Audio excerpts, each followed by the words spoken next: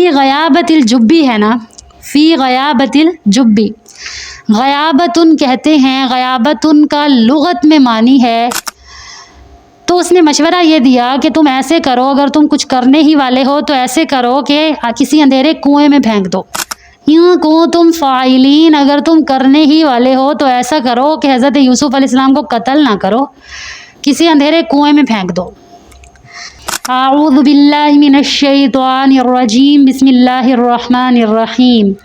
الحمد للہ رب العالمین والعاقبۃ للمتقین والصلاۃ والسلام علی رسولہ محمد وآلہ واصحابہ واتباعہ اجمعین الی یوم الدین.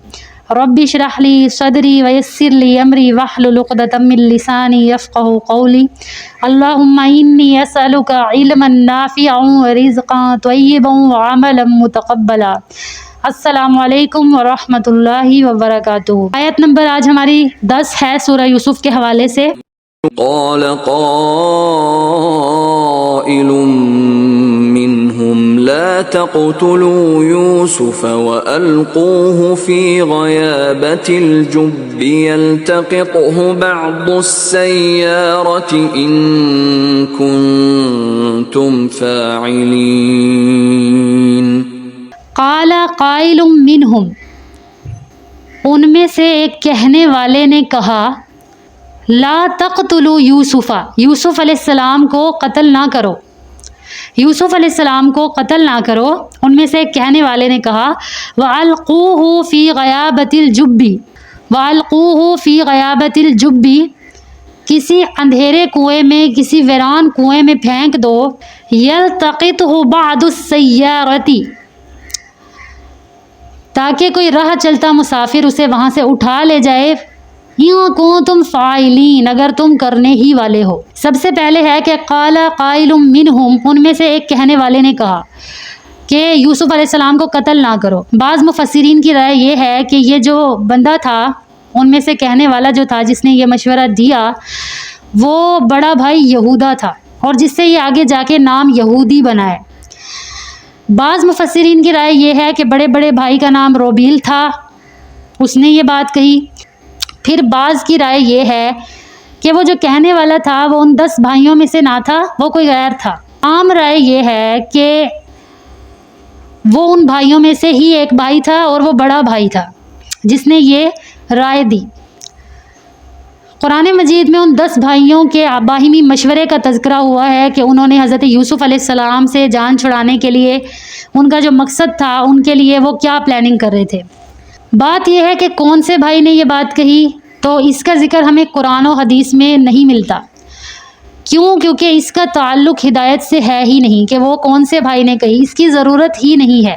خیر، ان میں سے ایک کہنے والے نے کہا کہ یوسف علیہ السلام کو قتل نہ کرو، کیونکہ پچھلی آیت میں ہم پڑھ چکے ہیں کہ انہوں نے باہمی مشورہ وہ یہ کر رہے تھے کہ وہ کہہ رہے تھے کہ وہ باہمی مشورہ کر رہے تھے کہ یوسف علیہ السلام کو قتل کر دو یا کسی ویران سرزمین میں پھینکاؤ، تاکہ جو ہے ہوگا یہ کہ ہمارے والد کی جو توجہ ہے ہمارے لیے خاص ہو جائے گی، اور جو ہے ہم پھر بعد میں نیک ہو جائیں گے.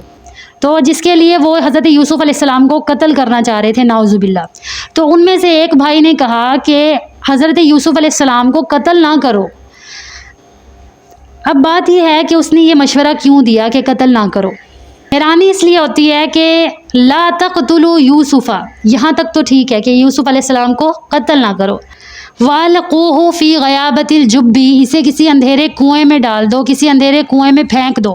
حیرانی اس پر ہوتی ہے کہ ایک کہا کہ قتل نہ کرو، اور دوسرا یہ کہ اندھیرے کنویں میں پھینک دو، وہ بھی تو ہلاکت والی ہی بات ہے. يَلْتَقِطْهُ بَعْضُ السَّيَّارَةِ، تاکہ کوئی آتا جاتا راہ چلتا مسافر یا قافلہ اس کو وہاں سے اٹھا لے جائے. یوں کو تم فاعلین، اگر تم کرنے ہی والے ہو تو ایسا کرو کہ حضرت یوسف علیہ السلام کو قتل نہ کرو، کسی اندھیرے کنویں میں پھینک دو. مفسرین کہتے ہیں کہ یہ جو بڑا بھائی تھا یہ شریف النفس تھا، اس کو رحم آ گیا کہ حضرت یوسف علیہ السلام کو، چھوٹے بھائی کو قتل کرنے کی ضرورت نہیں ہے. اور دوسرا اس کے مشورے کا یہاں پہ مقصد یہ ہے کہ ہمارا جو اصل مقصد ہے وہ حضرت یوسف علیہ السلام کو قتل کرنا نہیں ہے. ہمارا جو اصل مقصد ہے وہ حضرت یوسف علیہ السلام کو، حضرت یوسف علیہ السلام سے جان چھڑانا ہے، تاکہ ہمارے باپ کی جو اصل توجہ ہے ہماری طرف ہو جائے. تو اس نے مشورہ یہ دیا کہ تم ایسے کرو، اگر تم کچھ کرنے ہی والے ہو تو ایسے کرو کہ کسی اندھیرے کنویں میں پھینک دو۔ اس زمانے میں جو کنویں ہوتے تھے وہ ایسی جگہوں پر ہوتے تھے جہاں پر عام راہ گزر ہو، جہاں پر عام جو ہے وہ آنا جانا ہو، قافلوں کا، مسافروں کا، یعنی کہ قتل کرنے اور کسی بیابان میں چھوڑ کر آنے سے زیادہ بہتر ہے، اس چیز میں امکان زیادہ ہے کہ اگر کنویں میں جو ہے وہ پھینکا جائے گا تو راہ چلتا جو بھی کوئی مسافر ہوگا وہ جلد از جلد لازماً پانی بھرنے کے لیے آئے گا اور حضرت یوسف علیہ السلام کو ساتھ لے جائے گا، کیونکہ قافلہ تو ساتھ لے کر جائے گا نا۔ اس سے فائدہ بقول ان کے یہ ہوگا کہ حضرت یوسف علیہ السلام کو قتل کرنے جیسے سنگین گناہ سے بھی ہم بچ جائیں گے، حضرت یوسف علیہ السلام کو کہیں دور چھوڑ کر بھی نہیں آنا پڑے گا، اور حضرت یوسف علیہ السلام سے جان بھی چھوٹ جائے گی۔ اور یہ ہوگا کہ جب اندھیرے کنویں میں ہم اس کو پھینکیں گے تو اس ہمارے کارنامے کا کسی کو اندازہ بھی نہیں ہوگا، کسی کو اطلاع بھی نہیں ہوگی کہ ہم نے کیا کارنامہ سر انجام دیا ہے۔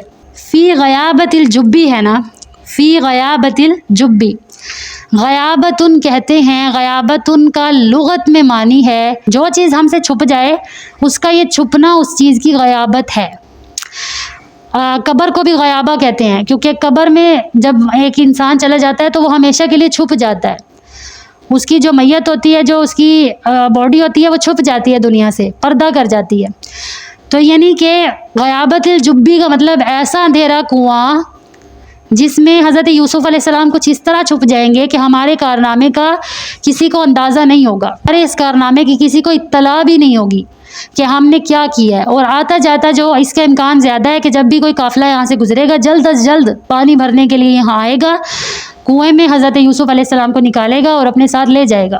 اگر تم کچھ کرنے ہی والے ہو تو ایسا کرو۔ اب یہ ہے کہ یوں کو تم فاعلین، مفسرین کہتے ہیں کہ اس بڑے بھائی کا دل جو ہے وہ نرم پڑ گیا تھا، باقی جو بھائی تھے وہ قتل پہ ڈٹ چکے تھے، انہیں روکنا ناممکن تھا، تو اس نے یہ مشورہ دیا کہ اگر تم کچھ کر ہی رہے ہو تو اس طرح کر لو